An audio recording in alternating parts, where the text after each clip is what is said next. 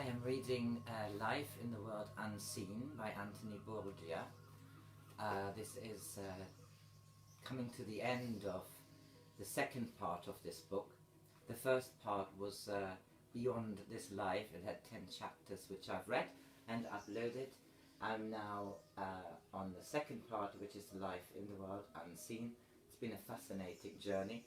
This is the recount channeled through Anthony Borgia from Monsignor Robert Hugh Benson, who lived between 1871 and 1914, and he was the son of Edward White Benson, former Archbishop of Canterbury, and he was very keen as a Catholic priest to get his message to the people of what happens after you pass. This is the little red book, chapter 13, I think it is, believed.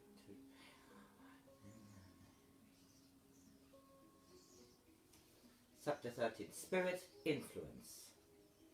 It is the habit of most men to look upon the spirit world and the earth world as two planes apart, separate and distinct. They regard the two worlds as being each independent of the other, cut off from each other, and both entirely uninformed or unaware of what the other is doing.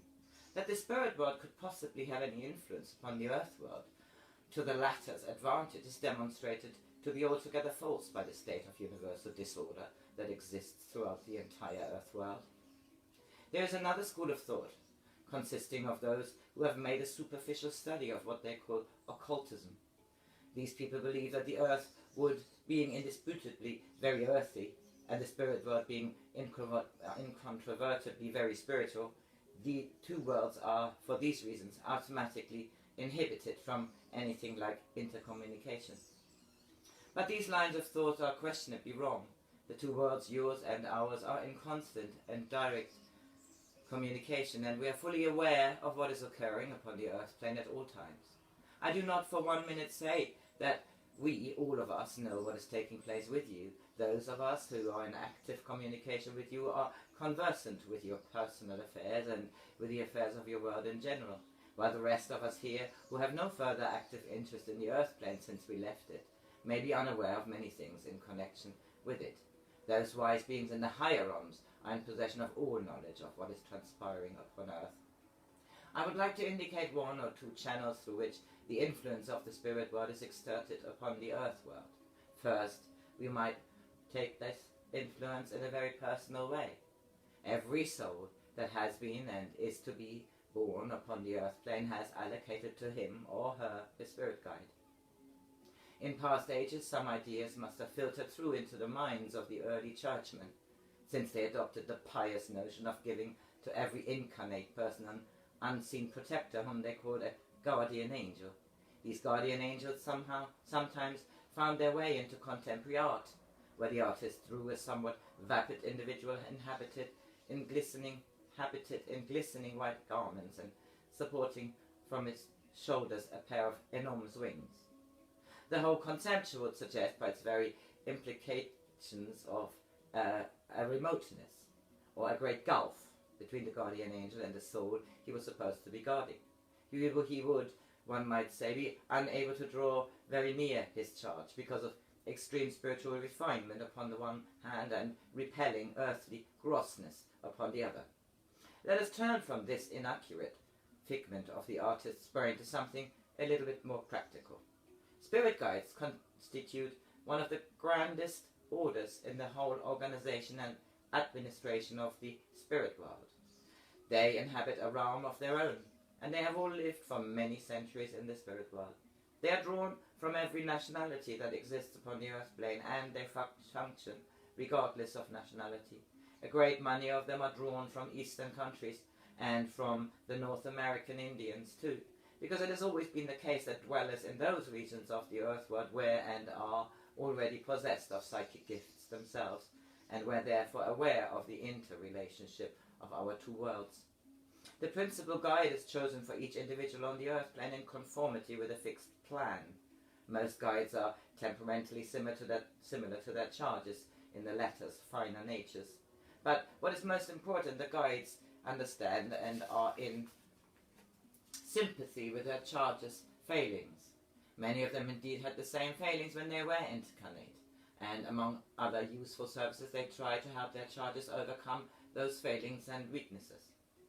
A great number of those who practice communication with the spirit world have already met their spirit guides and are in close touch with them. And fortunate indeed they are. The guides too are never happier than when they have established a direct link with those whose lives they are helping to direct. It would be safe to say that by far the greater number of spirit guides carry on their work all unknown to those whom they serve, and their task is so much the heavier and more difficult. But there are still others whose lives upon earth render it practically impossible for their guides to approach within any reasonable distance of them.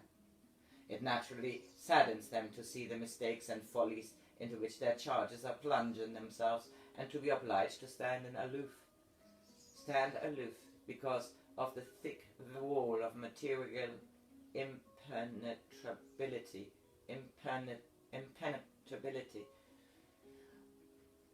not to be impenetrated, which they have built up around themselves, this wall. Such souls, when they are at last arrive in the spirit world, awake to a full realization of what they have thus missed during their earth lives. In such cases the guide's work will not be entirely in vain, for even in the worst souls there comes an occasion, however transient, when the conscience speaks, and it's usually the spirit guide who has implanted the better thought within the brain. It must never for one instant be thought that the influence of the spirit guide negates or violates the possession or expression of free will. If upon the earth plane you were to observe somebody about to take a full step into a stream of traffic upon the road, the fact that you put out your hand to stop him would in no way impinge upon his exercise of free will. A spirit guide will try to give advice when his advice can be got through to his charge. He will try to lead him in the right direction solely for his own good, and it remains for his charge in the exercise of his free will to take that advice or reject. If he does the latter, he can only blame himself if disaster or troubles overtakes him. At the same time, the spirit guides are not there to live a person's life for him. That he must do himself. It has become a habit amongst a certain class of individuals of the earth plane to ridicule the whole establishment of spirit guides. There will assuredly come a time when they will be bitterly repent their folly, and that day will be whereupon they meet in the spirit world their own guide, who probably knows more about their lives than they do themselves. We in the spirit world can afford to pass by such ridicule as this, because we know that the day will invariably come when they will arrive in the spirit world, and great is the remorse and, in many instances, the self-pity of those who have, in their supposed wisdom, made fools of themselves. Apart from spirit guides, there is another prolific source of influence that derives from the world of spirit. I've told, for example, how earthly doctors' hands will be guided in performing an operation by the hand of a spirit doctor. In many walks of life, inspiration is being carried on in the same way as it has been carried on since the dawn of time. Incarnate man can really do very little of himself, and he is the first to realize it when he comes here to live. Man can perform certain mechanical actions with precision and exactitude. He can paint a picture, he can play upon an instrument, he can manipulate machinery, but all the major discoveries that are of service to the earth plane have come and always will come from the spirit world.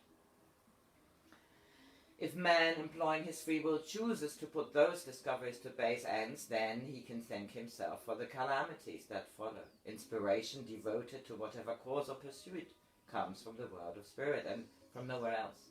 It is for the good of mankind. The source is equally good. If the inspiration is obvious, not for the good of mankind, then the source is unquestionably evil. Man has it within his own hands as to which source of inspiration he will lend himself, to good or to evil. You will remember how I have told you that a person is exactly the same spiritually the moment that he has died as he was the moment before. No instantaneous change has taken place to turn an earthly lifetime of evil into good, just because they passed their body. One Orthodox Church takes the view, which is also infallibly teaching, that those of us who return to the earth plane and make our presence known are all devils. It's a pity that the Church is so blind, for it can be said that they are trying ineffectually to stifle the forces of good, while they are ignoring the real forces of evil. If they encourage the forces of good to come to them, the forces of evil would soon be put to flight. The churches of whatever denomination suffer from abysmal ignorance. Throughout the ages, right down to the present time, they've gone their own blind, ignorant way, disseminating fantastic teachings in place of truth, and paving the way through the universal ignorance begotten of such false teaching for the forces of evils to operate. A minister of the church performs the service and offices prescribed by his particular sect, and he stifles all inspiration by holding to creed and dogmas that are utterly false. If he were interrogated in the matter, he would reply that he believed in inspiration in a vague, remote way.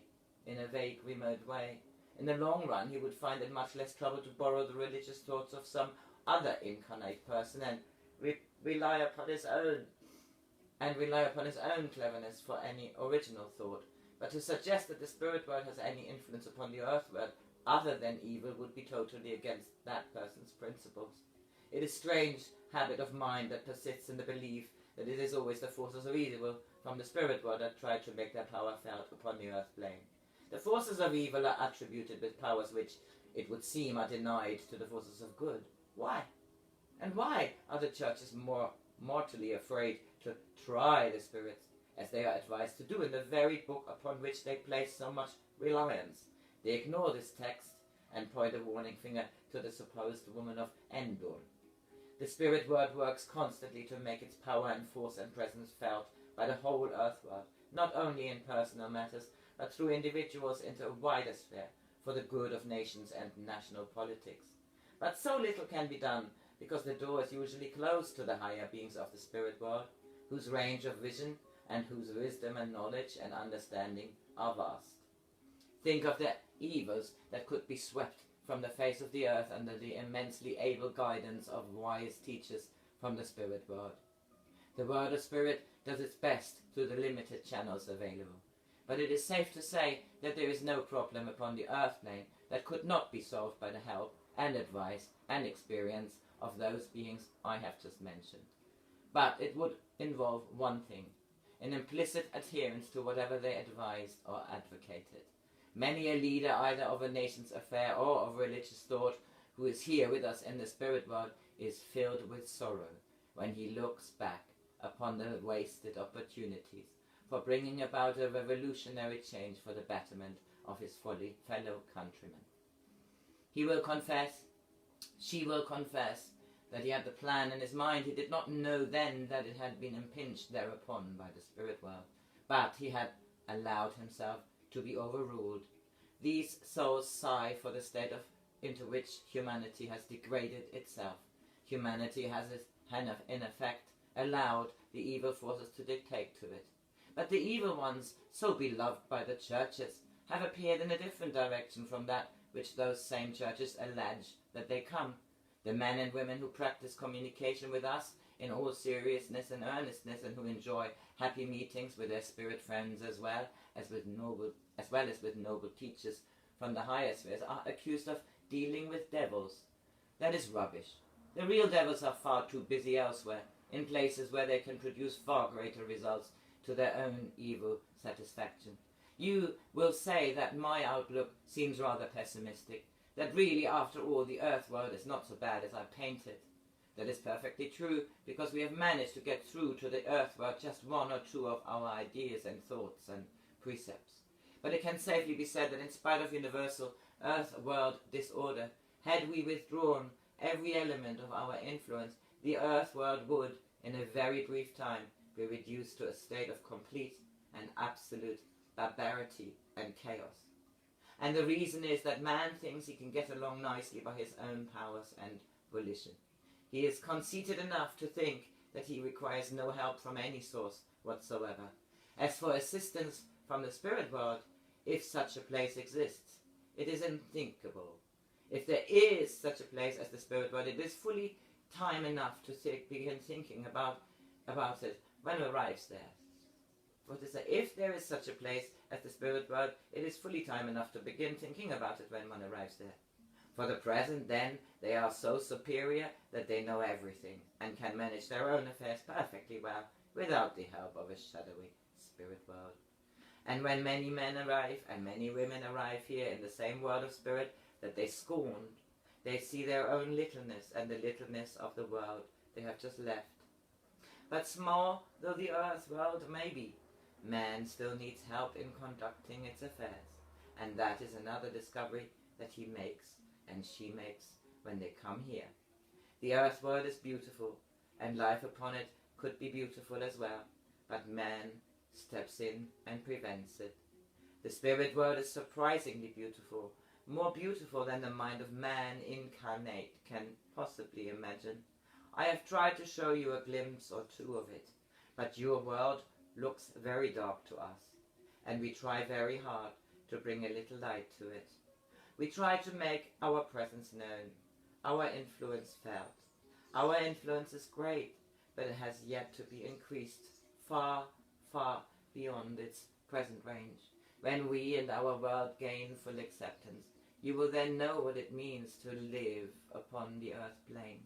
But we have a long, long way to go yet.